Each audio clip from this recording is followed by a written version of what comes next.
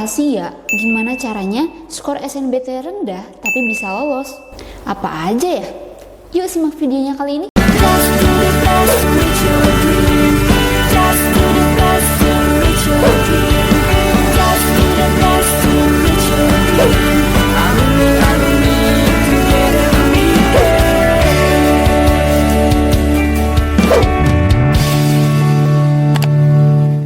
Banyak nih yang bilang, skor SNBT aku rendah, pasti nggak lolos PTN. Tunggu dulu. Jangan langsung berkecil hati ya Sobat GP. Skor SNBT memang penting, tapi bukan satu-satunya penentu keberhasilanmu. Jangan galau nih, kalau misalnya kalian udah belajar keras, tapi ternyata skornya malah rendah. Ternyata Sobat GP, faktor penentu kelolosan SNBT itu bukan hanya di skor dan nilai aja loh, tapi ada banyak faktor-faktor lainnya.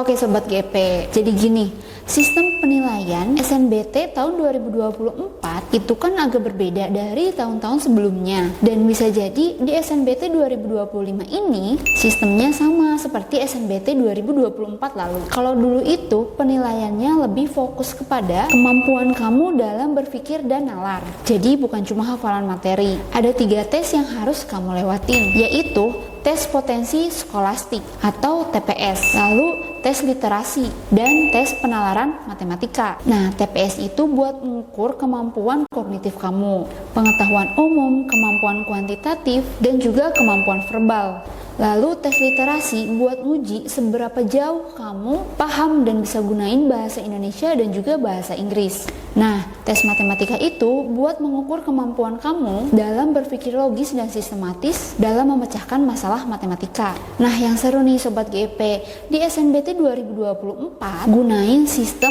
IRT atau Item Response Theory.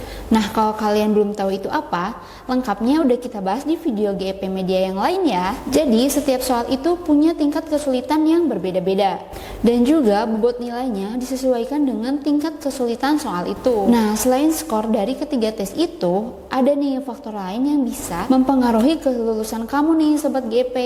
Ada nilai rapor, lalu prestasi akademik maupun non-akademik, lalu portofolio nih jika ada, dan juga keketatan program studi yang kamu pilih itu juga jadi pertimbangan. Jadi nih Sobat GP, penilaian di tahun 2024 lalu juga mungkin bisa sama untuk yang di tahun 2025 nanti.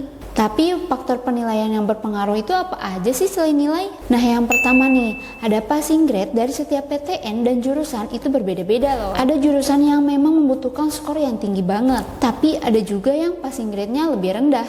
Jadi jangan terpaku pada satu PTN atau jurusan saja. Coba cari alternatif lain yang sesuai dengan minat dan kemampuanmu. Yang kedua, skor SNBT itu cuma salah satu komponen penilaian. Jadi selain skor, ada juga faktor lain yang berpengaruh, seperti nilai rapor, lalu prestasi akademik dan juga non-akademik, serta portofolio untuk jurusan tertentu. Jadi, meskipun skor SNBT-mu nggak terlalu tinggi, tapi prestasi lainmu juga bagus, peluang lolos akan tetap terbuka lebar. 3. Sistem penilaian SNBT itu kompleks. Ada pembobotan nilai untuk tiap subtesnya. Jadi, bisa aja skor totalmu rendah, tapi di subtes tertentu nilainya ternyata tinggi. Nah, subtes yang nilainya tinggi ini bisa menjadi penentu kelulusanmu di jurusan yang relevan. Terus gimana dong biar tetap lolos? Yang pertama nih, analisis skor SNBT-mu. Coba lihat detail skor SNBT-mu. Lihat nih, subtes mana yang nilainya paling tinggi. Lalu cari jurusan yang relevan maupun linear dengan skor tersebut. Misalnya nih, kalau matematika kamu nilainya tinggi, maka cari jurusan yang banyak hitungannya, seperti teknik atau matematika.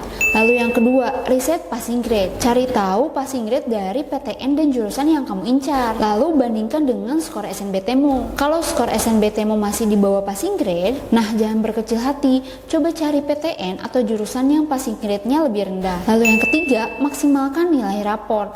Nilai rapor juga punya andil yang besar dalam penilaian.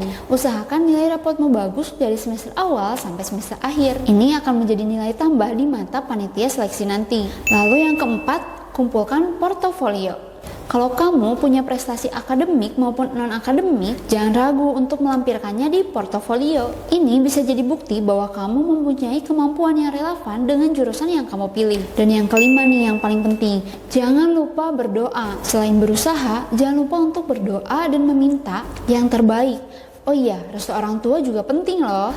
Oke, jadi Sobat GP, jangan biarkan skor yang rendah itu membuatmu jadi putus asa. Untuk peluang lolosnya akan selalu ada kok. Yang penting, kamu harus pintar-pintar untuk mencari informasi, menganalisis kemampuan diri, dan memaksimalkan semua potensi yang kamu punya. Semangat ya Sobat GP. Oke Sobat GP, segitu aja nih informasi di video kali ini. Kira-kira video selanjutnya kita mau bahas apa ya? Jangan lupa komen di kolom komentar ya. Dan jangan lupa buat like dan subscribe GP Media Channel. Sampai jumpa.